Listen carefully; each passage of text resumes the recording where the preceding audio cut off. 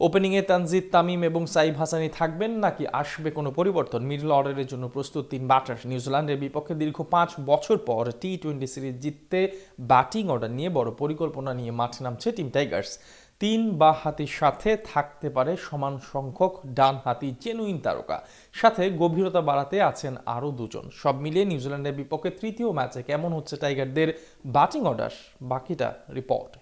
২০২১ সালে নিউজিল্যান্ডের বিপক্ষে যখন বাংলাদেশ টি-20 সিরিজ জিতেছিল তখন অধিনায়ক ছিলেন মাহমুদুল্লাহ রিয়াদ। সময়ের বদলে ৫ বছর পর সেই নতুন করে আবারও ব্ল্যাক ক্যাপসদের হারিয়ে ট্রফি নিজেদের করার মঞ্চে দাঁড়িয়ে অধিনায়ক লিটন কুমার দাস। সময়ের এই বিবর্তনে পরিবর্তন এসেছে বাংলাদেশের ব্যাটিং অর্ডারেও। তেমনি তৃতীয় ম্যাচ অর্থাৎ অঘোষিত ফাইনালে এবার শক্তিশালী এবং বেশ গভীর ব্যাটিং অর্ডার নিয়েই মাঠে নামছে টিম টাইগার্স। যদিও প্রশ্ন আছে ওপেনিং পজিশন নিয়ে। ব্যাট হাতে ওডিআই সিরিজের মতোই প্রথম টি-20তে ব্যর্থ ছিলেন দুই তারকা সাইফ হাসান এবং তানজিদ তামিম। বিশেষ করে গেল এশিয়া কাপে দুর্দান্ত পারফরমেন্স করা সাইফ বিপিএল এর পর থেকে এখনো কোনো মনে রাখার মতো ইনিংস উপহার দিতে পারেননি।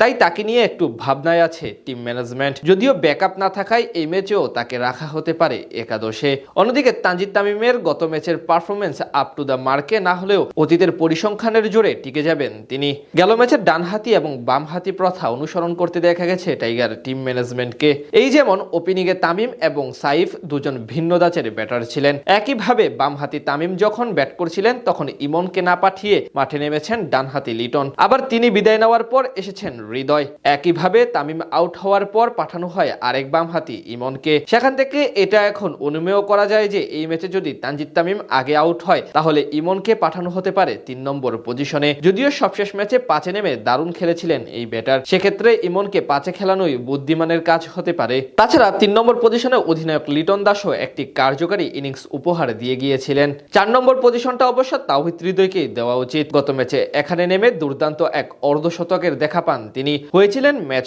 জয়ের নায়ক। ফিনিশার হিসেবে থাকবেন সবশেষ ম্যাচের আরেক হিরো শামীম হোসেন পাটোয়ারি। কিউই বোলারদের বিপক্ষে ৩টি ৪ ও ২টি ছক্কার সাহায্যে মাত্র ১৩ বলে ৩১ রানের কেমিউ ইনিংস খেলে ম্যাচ জয়ের প্রত্যক্ষ ভূমিকা রাখেন পাটোয়ারি। তাই সিরিজ জয়ের ক্ষেত্রেও তার কাছ থেকে ভালো কিছু প্রত্যাশা করছে বাংলাদেশ দল। সেখান থেকে তাদের কাজটা সহজ করার সক্ষমতা আছে শেখ মাহাদি হাসান এবং রিশাদ হোসেনের। টিমের প্রয়োজনে ব্যাট হাতেও এই দুজন জ্বলে ওঠার সামর্থ্য রাখেন। বিশেষ করে মাহাদি ঘরোয়া লিগে অলরাউন্ডার হিসেবেই নিজেকে পরিচয় দেন। এছাড়া তানজিম হাসান সাকিবের সাথে যদি একাদশে প্রথমবারের মতো ডাক পান আব্দুল গাফফার সাকলাইন, তাহলে এই দুইজনও বাড়তি সুবিধা দিতে পারবেন ব্যাটার হিসেবে। দলের ব্যাটিং অর্ডারের গভীরতা বাড়ানোর অপশনটাও ঠিকঠাক রেখেছে টাইগার টিম ম্যানেজমেন্ট। উপরে যেহেতু ৫ জন জেনুইন ব্যাটসম্যান, তাই দুজন অলরাউন্ডার হিসেবে ভূমিকা রেখে ফিনিশিংটা ভালো করতে পারবেন। সব মিলিয়ে এমন ভারসাম্যপূর্ণ একটি ব্যাটিং অর্ডার নিয়েই নিউজিল্যান্ডকে দীর্ঘ ৫ বছর পর টি-20 সিরিজ হারাতে মাঠে নামতে পারে টিম টাইগার্স।